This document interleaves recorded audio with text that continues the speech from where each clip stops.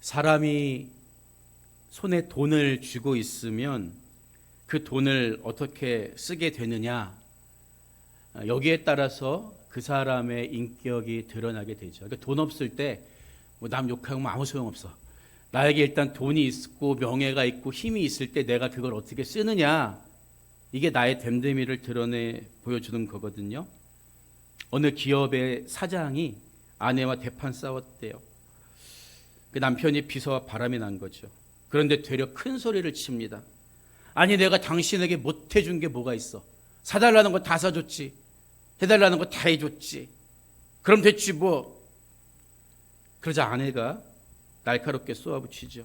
다른 거 다 필요 없고 한 가지만 내게 줘요. 그게 뭔데? 당신의 그 마음을 내게 줘요. 그랬더니 이 사장 남편이 한참 생각하다가 그건 못 줘, 이렇게 얘기했다는 거예요.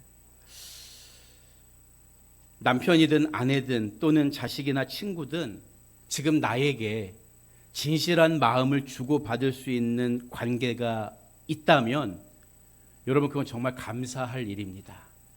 그 굉장한 일이라고요.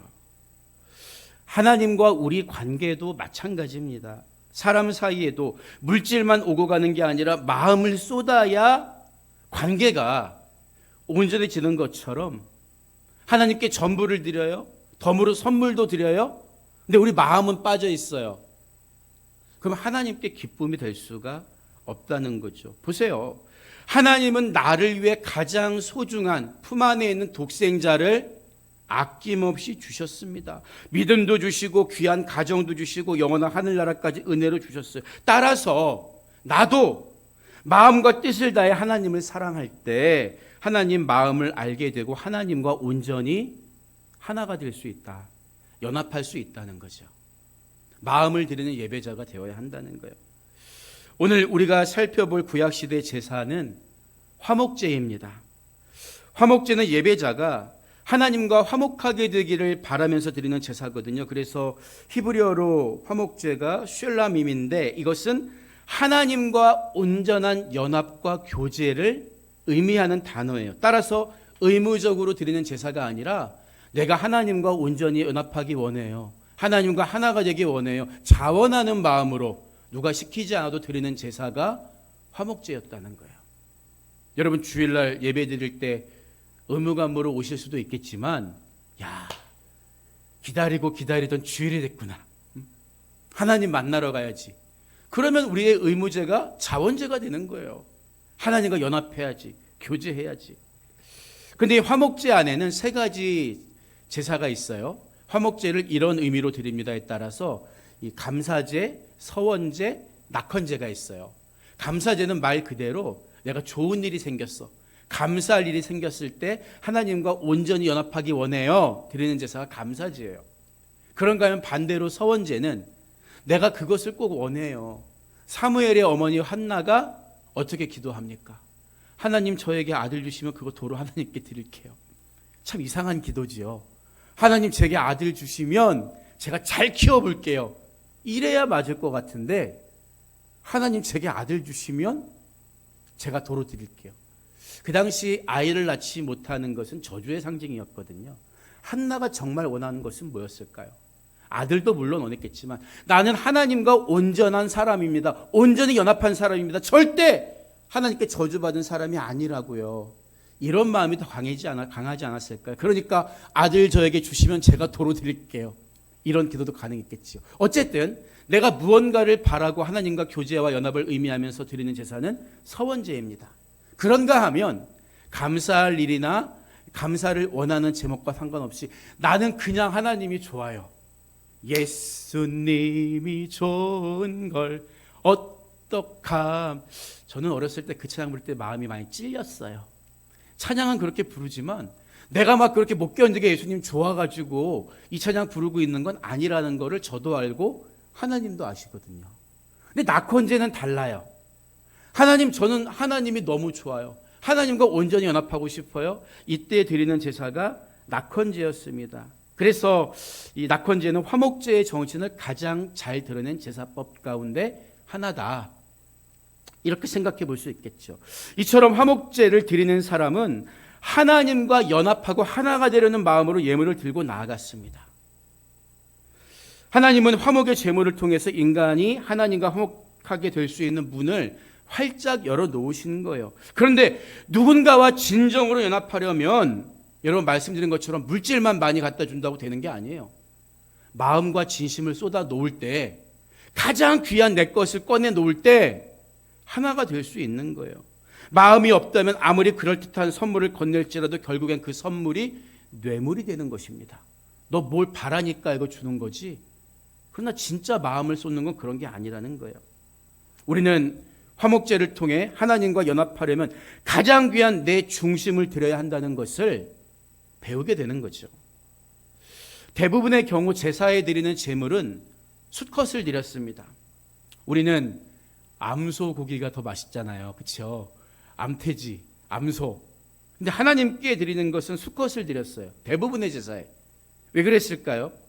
성경이 말하는 생명의 출발은 씨에 있고 그 씨는 수컷에 있다고 성경은 진단하고 있기 때문입니다. 또 한 가지 이유는 아담 이전에 여자인 하와가 먼저 타락했죠.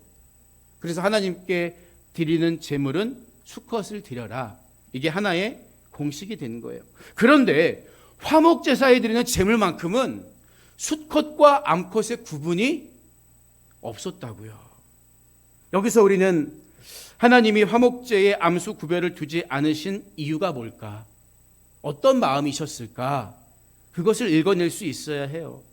하나님은 조건 없이 우리와 화목하기 원하셨다는 거죠. 화목하려면 상대의 입장을 먼저 이해하고 받아들이는 것이 필요한 것이기 때문입니다. 가만히 세상이 돌아가는 걸 보면요, 노사 간에 또는 기업과 다국적 기업 간에 나라와 나라 사이에 협상이 깨지는 이유가 뭐예요? 다른 데 있지 않아요. 내가 원하는 조건과 상대가 요구하는 조건이 차이가 너무 크기 때문이에요. 대부분의 경우에 힘을 가진 사람이 손을 내밀지 않으면 평화는 깨어질 수밖에 없죠.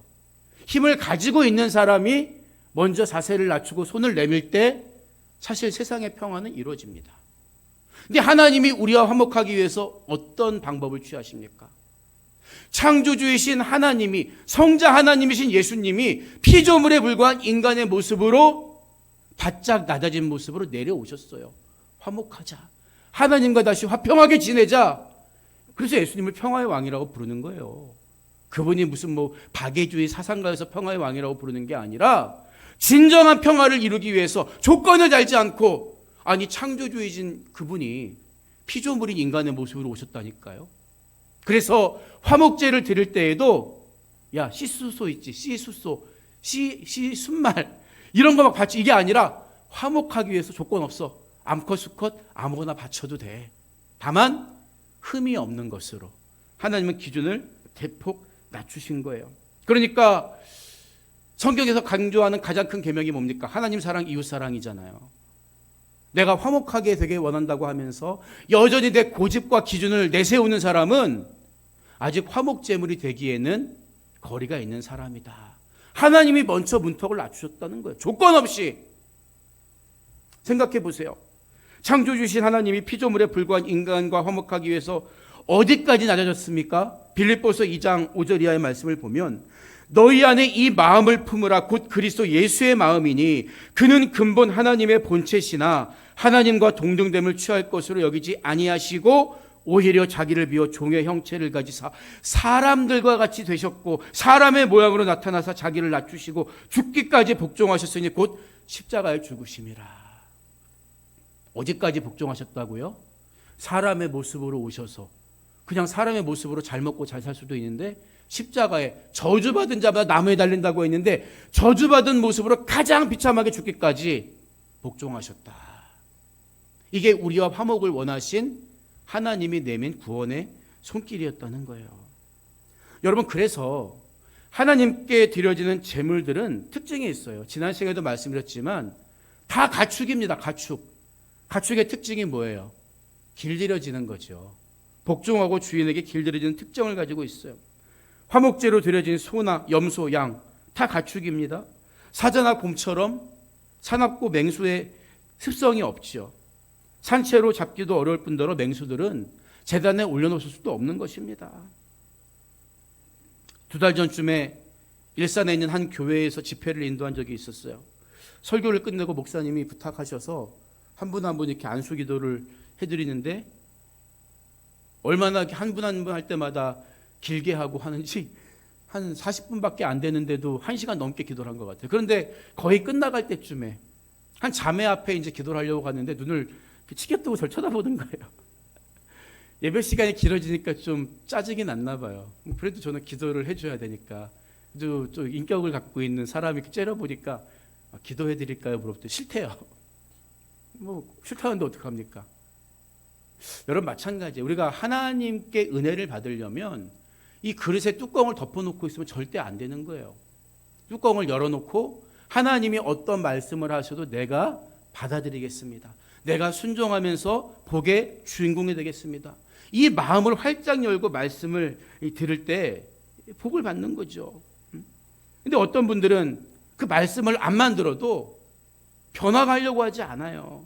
하나님은 믿는데 하나님 말씀에 순종하지 않는 사람, 말씀을 들으면서도 여전히 자기 고집대로 사는 사람은, 조건을 내세우는 사람은 화목제물이 될 수 없는 거예요.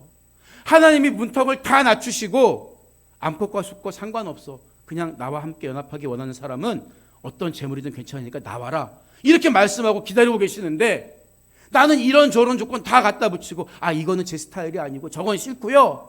아니에요. 어떤 말씀을 하시든지 제가 순종하겠습니다. 제가 능력의 주인공, 기적의 주인공, 복의 주인공이 되겠습니다. 이 마음으로 오픈 마인드로 활짝 열고 나올 때 하나님 마음과 만날 수가 있다고요. 우리가 첫 시간에 드린 번제는 제물의 전부를 태워드리는 제사였죠. 소제는 거기에 덧붙여서 하나님께 기쁨을 드리는 곡식 제사였습니다. 그런데 화목제는 특징이 번제처럼 태워드리기는 하는 제사인데 모든 부위를 다 태우는 게 아니라 기름진 부위만, 하나님이 요구하신 부위만 따로 태워서 드렸다는 거예요. 나머지 이 가슴 부위와 뒷다리는 제사장 몫으로 떼어드렸고 그 외에 남은 고기들 얼마나 많습니까? 이것은 제물을 바친 사람이 먹을 수가 있었다고요. 먹을 수 있었습니다. 그런데 감사제로 드린 고기는 그날 다 먹어야 했어요. 화목제 중에 감사제, 서원제, 낙헌제가 있다 그랬잖아요. 내가 감사할 일이 생겨서 하나님께 화목제사를 드립니다. 소를 바칩니다. 그래? 오케이. 그런데 그 소 오늘 다 먹어야 돼. 서원제, 낙헌제, 내가 뭘 바라는 마음으로 드리는 화목제라든지 그냥 하나님이 좋아요 하고 드린 화목제는 이틀까지 다 먹어야 돼요. 조금 기간이 깁니다. 그런데 그 날을 넘겨서 그 고기를 남겨두면 그 고기가 가증한 것이 되고 제사도 무효가 된다 그랬어요. 이게 뭘 말해줍니까? 하나님께 기껏 바쳤다고 생색은 내면서 육포를 만들어가지고 내가 두고두고 먹어야지, 드리고 지가 다시 가져가. 이거는 하나님께 드리는 게, 드리면 끝. 그러니까 이 화목제의 정신은 내가 하나님께 드린 고기를 내가 그날 어떻게 다 먹습니까? 소 한 마리 다 먹을 수 있는 사람이 있어요? 이틀을 줘도 다 먹겠습니까? 이 말은 뭐예요? 이웃과 나눠 먹으라. 여러분, 가장 큰 계명이 하나님 사랑이요, 그 다음 계명이 이웃 사랑입니다. 화목제에는 이런 계명의 정신이 그대로 스며들어 있어요. 하나님을 사랑하는 마음으로 제물을 드렸으면 그것을 이웃과 함께 나눠라. 이게 화목제의 기본 정신입니다. 가장 큰 계명의 가르침과도 일맥상통해요. 그런데 우리가 눈여겨봐야 하는 것은 하나님께 화제로 태워드리는 부위가 어디였냐는 거죠. 번제처럼 다 태워드리지는 않지만 중요한 부위를 태워드렸거든요. 본문 3절 이하를 보면 하나님이 내장에 덮인 기름과 내장에 붙은 모든 기름과 두 콩팥과 그 위에 기름 곧 허리 쪽에 있는 것과 간에 덮인 꺼풀을 콩팥과 함께 떼어낼 것이요. 다시 말하면 이것을 떼어서 제단에서 화제로 태워드려라, 이렇게 말씀하고 있거든요. 그런데 여러분, 이것은 제물의 속 부분으로 당시 유대인들이 가장 즐겨 먹던 별미 부위였다고 해요. 우리 이렇게 우리나라 성경을 보면 뭐 기름이 뭐가 좋아? 오늘날처럼 우리 콜레스테롤 걱정하고 이 고지혈 걱정하는 시대에 사는 사람들은 이거 별로지만 사실 여러분 기름 맛 아시잖아요. 기름 맛 얼마나 감칠맛이 납니까? 이 갈비 쪽에 붙어 있는 살 쫄깃쫄깃하고. 우리도 뭐 대창 같은 거 곱창 즐겨 먹잖아요. 별미였다는 거. 근데 가장 기름지고 귀한 별미를 하나님께 드려서 그냥 태워버리라는 거예요. 그거를 우리가 하나님과 연합하고 그분의 마음을 흡족하게 해드리기 위해서는 화목제의 정신처럼 가장 내가 좋아하는 별미처럼 귀한 것을 떼어서 그걸 드릴 수 있어야 한다. 이게 화목제를 통해 우리가 배우는 예배의 정신입니다. 보세요. 사무엘상 2장을 보면 엘리 제사장의 타락한 두 아들 홈니와 비느하스 이야기가 나오잖아요. 홈니와 비느하스는 하나님께 마땅히 태워드려야 할 오늘 화목제의 말씀에 기록되어 있는 기름 부위를 가져오라고 요구해요. 왜 요구했겠습니까? 지들이 먹으려고. 그래서 사무엘상 2장 16절 이하를 보면요. 그 사람이 이르기를 반드시 먼저 기름을 태운 후에 네 마음이 원하는 대로 가지라 하면, 이 말이 뭐냐 하면 이 엘리 제사장의 타락한 두 아들이 성전에서 일하는 레위인들에게 야, 그 화목제로 들려온 그 제물의 기름진 부위 가져와. 그러면 이 사람이 아니다, 그거는 먼저 반드시 태운 후에 그 다음에 네가 알아서 해, 이렇게 얘기했다는 거예요. 그런데 그가 말하기를 아니라 지금 내게 내라, 그렇지 아니하면 내가 억지로 빼앗으리라. 얼마나 패륜적인 아들이었습니까? 뭐 얘가 너무 나쁜 얘기겠지만 오늘날로 얘기하면 뭐예요? 우리 성도님들이 귀하게 바친 예물을 목사가 자기 주머니에 그냥 넣어버린 거예요. 얼마나 끔찍합니까? 가장 귀하고 귀한 것을 구별하여 하나님께 드렸는데 타락한 엘리의 두 아들이 야, 그 기름 나한테 갖고 와. 안 됩니다. 이거 하나님께 태워드리라고 했어요. 야, 내가 뺏어오기 전에 갖고 와, 이놈아. 그러니까 하나님이 한날 그냥 죽여버리셨잖아요. 그 타락한 두 아들을. 그 정도로 이 타락한 제사장들이 탐을 낼 정도로 유대인들에게는 별미였다. 그런데 그걸 하나님 어떻게 알았대? 어떻게 하라고 하셨다는 거예요? 그거는 태워버려. 나머지 너희들이 나눠 먹고 가장 귀한 거 니들이 갖고 누가 가질까 싸우지 말고 그건 하나님께 바치고 나머지 너희들이 쉐어하면서 즐겨라. 그 말씀을 하신 거죠. 여러분, 사실 이것은 우리가 오늘 신앙과 예배의 삶 속에서 우리도 주목하고 주의해야 될 부분입니다. 여러분, 입술로는 하나님께 전부를 드리는 삶, 하나님께 드려지는 우리 가정, 하나님이 주인인 우리 기업 되게 하시옵소서. 말로는 그렇게 이야기하는데 하나님이 머리이시고 주님이 머리이신 교회입니다. 말은 하는데 실제로는 주인이 다 달라. 집에 가면 내가 왕이고, 회사에 가면 사장님이 왕이고, 교회에 가면 무슨 목사가 왕이고. 아니 어디 하나님이 주인입니까? 말로는 하나님이 주인이라고 말을 하면서 가장 귀한 거, 이 알토란 같은 자리에 내가 떡 앉아 있으면 그건 아니라는 거예요. 근데 화목제를 드리는 규칙이 뭐예요? 사람들이 당시 가장 좋아하던 별미를 하나님께 바쳐라, 태워드려라. 나머지는 너희들이 쉐어하고. 이게 화목제를 통해서 우리에게 하신 말씀이라는 거예요. 웨슬리 목사님과 함께 18세기 영국의 부흥을 이끌었던 조지 휘필드라는 목사님이 계세요. 300년 가까이 된 그분의 설교집을 제가 읽으면 제가 개인적으로 가장 좋아하는 설교자이기도 한데 아직도 이 가슴이 쿵쾅쿵쾅 뛰어요. 얼마나 이 불붙는 회심을 외쳤던 목사님이신지.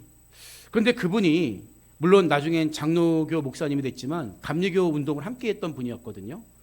근데 그분이 원래 제일 처음 감리교 감독이 될 기회가 있었습니다.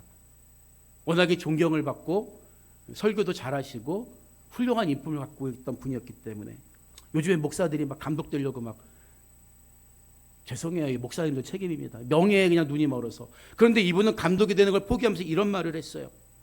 여러분의 기억 속에서 휘필드라는 이름은 사라지게 하고 그리스도만 영광 받으시게 하십시오. 내 이름은 모든 것에서 죽어 없어지게 하고 내 친구들도 나를 잊게 하십시오. 나는 내 명성을 깨끗하게 지워버릴 심판날이 올 때까지 만족하며 기다릴 것입니다.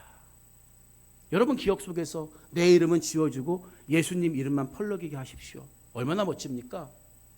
가장 귀한 자리에 내가 앉지 않겠다는 거예요. 하나님의 일을 기껏 하고서 그 영광 내가 가로채지 않겠다는 거예요. 가장 귀한 명예와 영광과 존귀에 관은 오직 그분께만.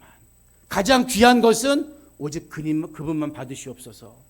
이게 화목제 제물을 드리는 예배의 정신이라는 거예요. 우리는 더러 내가 가지고 움켜쥐고 있는 그 귀한 거, 어떤 분에게는 물질일 수도 있고, 또 누군가에게는 자식일 수도 있고, 명예일 수도 있고, 내 자존심일 수도 있고, 그거 지키려고 예수님이 받아야 될 합당할 영광을 내가 가로채면서 살고 있을 때는 있지 않습니까? 가장 좋고 기름진 부위를 하나님께 드리기를 꺼려하고 여전히 내가 움켜쥐고 있으면서 하나님과 화목하게 원하고 있지 않냐는 거예요. 하지만 그것은 화목제의 정신이 아닙니다. 하나님 아시죠? 하나님이 우리 중심 모르시겠습니까? 내가 전부를 드린다고 하면서 가장 귀한 것은 떼고 드리는지, 아니면 전부와 같은 내 중심과 마음까지도 얹어서 드리는지 하나님 모르시겠냐고요. 엘리의 두 아들은 하나님께 드려야 될 고기를 빼앗아 갔지만 우리들은 마땅히 하나님께 드려야 될 내 중심을, 내 자아를 내가 움켜쥐고 있을 때는 있지 않은가 돌아봐야 하는 거예요. 영적으로 볼 땐 똑같은 것입니다. 눈에 보이는 하나님께 드려야 될 기름을 떼어 먹은 제사장이나 우리의 중심을 드려야 될 예배 시간에 중심은 드리지 않고 형식만 드리고 있는 것이나 똑같다는 거예요. 따라서 화목제를 통해 우리가 배우게 되는 것은 인간이 하나님과 연합하기 위해서는 제물의 가장 기름진 부위를 태워드렸듯이 나의 가장 귀하고 진실한 마음도 하나님께 드려야 한다. 이거거든요. 형식적으로 몸만 와 있는 게 아니라 짐승의 기름진 부위처럼 가장 귀한 내 마음을 하나님께 올려드릴 때 하나님은 우리와 연합하시고 우리와 동행해 주십니다. 우리가 오늘 본문에서 주목해야 할 또 한 가지 중요한 사실이 있는데요. 가장 좋고 귀한 부위를 태울 때 어떻게 태웠다고 합니까? 제단 불 위에 있는 나무 위에 번제물에서 불살라라, 이렇게 말했다는 점이에요. 지난 시간 소제를 설명드리면서 잠깐 말씀드린 것 같은데, 이스라엘 제단에는 아침 저녁으로 항상 타고 있는 번제물이 있었습니다. 내가 뭐 특별한 일이 있어서 번제물을 드릴 때 번제물을 태우기도 하지만 제사장이 그날은 누구도 번제물을 드리러 오지 않는다고 해도 제단에는 항상 아침과 저녁으로 항상 번제물이 타고 있어야 한다. 상번제라 그랬거든요. 그래서 5절 말씀을 보면 아론의 자손은 그것을 화목제물로 가져온 가장 기름진 부위를 제단 위에 불 위에 있는 나무 위에 번제물 위에서 살을지니, 이 말이에요. 번제물을, 이 상번제물을 태우기 위해서 아침 저녁으로 나무 위에다가 번제물을 올려놓는데 거기다가 화목제물로 가지고 온 제물의 기름진 부위를 함께 태워라. 단독으로 드리라는 게 아니라 이미 타고 있는 번제의 제물의 희생 위에 화목제물로 드린 제물의 기름을 함께 태워라. 바로 그것이 하나님이 향기롭게 맡으시는 화제다. 이렇게 말씀하고 있는 거예요. 여러분, 뭐가 연상이 되십니까? 제물을 태우는 장작 위에 타고 있는 항상 드리는 번제물은 친히 나무에 달려 죽으신 예수 그리스도를 상징하고 있는 거예요. 우리가 다음 시간에 속죄제를 살펴보겠지만 그 제단에 가서 속죄제물을 드리면 왜 우리가 제사함 받게 됩니까? 그 제단에는 이미 타고 있는 번제물이 있어요. 우리가 회개할 때 왜 죄사함을 받습니까? 항상 타고 있는 번제물처럼 이미 나를 위해 먼저 죽으신 예수 그리스도의 은혜가 시퍼렇게 살아있기 때문에 오늘 우리가 회개할 때 그 회개가 유효한 거예요. 하나님께 화목하기 위해서 화목제물을 들고 나가서 그 화목의 제물의 가장 기름진 부위를 어디에 태워드립니까? 이미 타고 있는 은혜의 번제물 위에 함께 태워드렸을 때 하나님이 맡으신 향기로운 제물이었다. 우리가 화목제물과 같은 내 중심을 어디에 드리는 거예요? 이미 번제물에서 타고 있는 제물처럼 이미 나를 위해 나무에 달려 죽으신 예수 그리스도의 사랑과 은혜의 십자가 앞에 우리의 마음을 쏟아놓을 때 그게 화목제가 되는 거예요. 얼마나 감사합니까? 웨슬리 목사님이 자주 했던 말씀처럼 우리의 죄가보다 하나님의 은혜가 더 크다. 언제나 선행적인 은혜가 있어요. 그러니까 우리가 어떤 죄를 지어도, 어떤 잘못을 저질러도, 염치가 없어도, 그럼에도 불구하고 하나님 앞에 무릎 꿇고 나아갈 수 있는 것 아닙니까? 죄를 고백할 때 하나님은 흰눈보다도, 양털보다도 우리를 깨끗하게 만들어 주시는 거예요. 베드로는 이 사실에 대해서 고백하기를, 베드로전서 2장 24절 이하에서 친히 나무에 달려 그 몸으로 우리 죄를 담당하셨으니 이는 우리로 죄에 대하여 죽고 의에 대하여 살게 하려 하심이라. 그가 채찍에 맞음으로 너희는 나음을 얻었나니 너희가 전에는 양과 같이 길을 잃었더니 이제는 너희 영혼의 목자와 감독 되신 이에게 돌아왔느니라. 증언하고 있어요. 세상에서 아무리 목사님들이 감독이네 회장이네 죄송해요 거들은 피워도 우리 영혼의 목자와 감독 되신 진짜 주인은 예수님밖에 없는 거예요. 그분만이 우리의 소망이시고 그분만이 우리의 구세주가 되십니다. 그런데 우리는 가장 기름지고 가장 좋은 것을 가지고 하나님께 나아가기 전에 하나님이 이미 우리에게 더 좋은 것을 우리에게 내어주었다는 것을 잊어버릴 때가 있지 않나요? 이미 번제물을 위해 타고 있는 그 제물, 이미 우리를 위해 죽으신 예수님의 사랑과 희생, 그게 먼저라는 거예요. 내가 아무리 많은 감사의 눈물을 흘린다고 해도 예수님은 그보다 많은 보혈을 흘려서 나를 구원해 주셨습니다. 지금 저와 여러분의 마음을 다해서 하나님을 예배할 수 있는 근거는 제단 위에 이미 타고 있는 번제물처럼 그보다 앞선 하나님의 은혜가 있기 때문입니다. 따라서 우리는 설령 가장 귀중한 것을 내어드렸다고 해도, 내 온 마음을 다 쏟아드렸다고 해도 결코 내 의를 내세우거나 자랑해서는 안 되는 거예요. 나도 주님처럼 나의 귀한 것을 드려 하나님을 예배할 수 있다는 사실이 얼마나 감사한가. 그럴 때 하나님이 우리 안에 오셔서 동행해 주십니다. 이처럼 가장 귀한 독생자를 주신 은혜와 그 은혜에 감사하는 최고의 마음이 제단에서 만나서 함께 타오르는 제사가 화목제였습니다. 오늘 예배에 이 화목제의 정신이 있어야 하는 거예요. 기왕 예배 드리려면 이런 예배자가 되어죠. 그러니까 먼저 제단 위에 먼저 타고 있는 번제물처럼 내 인생에 찾아오신 하나님의 예수 그리스도의 사랑을 통한 은혜를 우리는 항상 기억하고 감사하는 마음으로 예배당에 와야 되는 거예요. 그리고 그 은혜를 기억하면서 찬양할 때도 찬양의 고백을 드리고 내 마음을 그 마음에 진심으로 다해서 쏟아 놓을 때 그게 하나님과 연합하게 되는 거예요. 그게 화목제의 정신입니다. 너무나 귀한 거지요. 최고의 은혜와 최고의 마음이 만나 불타오를 때 우리는 하나님과 온전한 연합, 교제, 화목을 이루게 되는 것입니다. 왜 예수님이 바리새인들을 가리켜서 회칠한 무덤이라고 했을까요? 그들이 번제를 안 드렸습니까? 소제를 안 드렸습니까? 전부를 드렸다고요. 그들은 심지어 11조 목록에 포함되지 않는 박하와 근체 같은 이런 향료의 11조까지 다 그냥 계산해가지고 드린 사람이 바리새인들이었어요. 그런데 왜 인정해 주지 않고 회칠한 무덤처럼 외식하는 자들이라고 했을까요? 마음을 안 드렸거든요. 마음을. 내가 이 정도 다 했으니까 나는 의로운 사람이야. 남을 판단하고 남을 깔보고 무시하고 정죄하고 비교하고 자기 마음을 다 내어드리지 못했거든요. 어쩌면 나의 가장 귀한 것보다 그냥 귀한 것을 드리려고 하지는 않습니까? 끝까지 포기하기 어려운 게 하나 있다면 그것은 바로 내 자아일 것입니다. 남들이 몰라주면 속이 상하는 초라한 자존심과 몸과 마음에 지칠 때마다 불쑥 솟아나오는 쓴 뿌리와 오랜 시간 동안 길들여진 못나고 고집스러운 성품까지 우리는 모두 연약한 죄성을 가진 인간입니다. 그래서 바울조차도 나는 날마다 죽노라고 고백했던 거지요. 내 자존심과 억센 고집까지 십자가 앞에 내려놓고 모조리 불살라 드리는 것이 화목제를 통해 배우는 예배의 정신입니다. 그때 비로소 하나님과 연합이 시작되는 거예요. 성경을 보면 하나님의 뜻을 알고 하나님과 화목했을 때 나 한 사람도 복을 받을 뿐만 아니라 가정도 복을 받고 나라도 복을 받았다는 것을 확인할 수가 있어요. 그러나 하나님과 화목이 깨지면 개인만 불행해집니까? 아니에요. 그로 인해 가정도 불행해지고 나라도 기울어져 갑니다. 사울이나 솔로몬, 아합 왕은 개인적으로는 모두 잘나고 똑똑한 왕이었어요.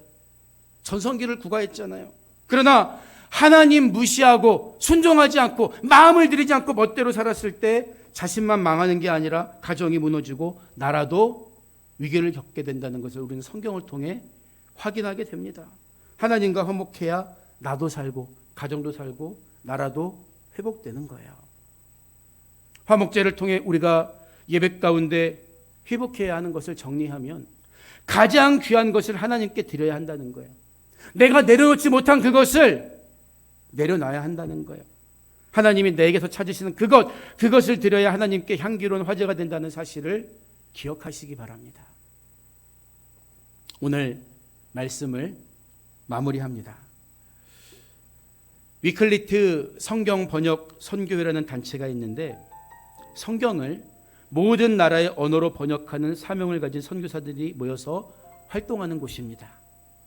14세기에 최초로 라틴어 성경을 영어로 번역했던 존 위클리프의 이름을 따서 만든 선교단체지요.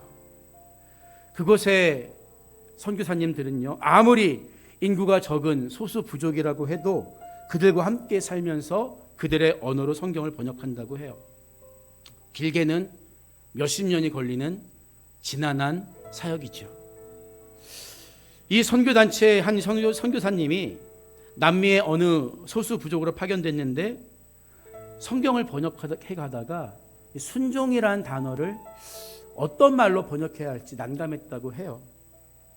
그러던 어느 날 한 아버지와 아들의 대화를 듣게 됩니다. 아버지가 아들에게 중요한 심부름을 지키면서 이렇게 당부하지요. 마음을 나누지 말고 내 모든 마음으로 그 일을 해야 된다. 마음을 나누지 말고 모든 마음으로 그 일을 해야 된다. 선교사님이 이 이야기를 듣다가 이 부족 성경에는 순종을 이렇게 번역해야겠다. 무릎을 쳤다고 해요. 마음을 나누지 않고 한 마음으로 하는 것. 요즘 우리가 사는 세상은 나누는 걸 너무 좋아하죠. 내 편이냐 저 편이냐, 내가 생각이 같은가 다른가, 말씀이냐 세상의 논리냐, 두 마음을 품기 쉬운 시대를 우리는 살고 있어요. 여러분, 앞으로 점점 그건 심해질 거예요. 우리는 말씀을 믿고 말씀대로 살기 원하지만 자꾸 이 마음을 나누고 빼앗아가는 시대가 우리 앞에 다가올 것입니다. 하지만 아무리 세상이 변하고 시대가 달라질지라도 복음의 바톤은 마음을 나누지 않고 말씀에 순종하는 사람들을 통해 2000년 동안 이어져 왔다는 거 여러분 아시죠? 절대 다수가 아닙니다. 소수일지라도 말씀에 마음을 나누지 않고 말씀을 있는 그대로 전해온 사람들. 그래서 순종이 제사보다 낫고 듣는 것이 수장의 기름보다 나으니라고 성경은 말해주고 있는 거죠. 우리와 화목하기 위해 죽기까지 순종하신 예수님의 그 사랑을 기억하면서 이미 타오르고 있는 은혜의 불길 위에 내 마음을 기꺼이 올려드릴 수 있는 귀하고 복된 화목제물이 다 되시기를 주님의 이름으로 축복합니다.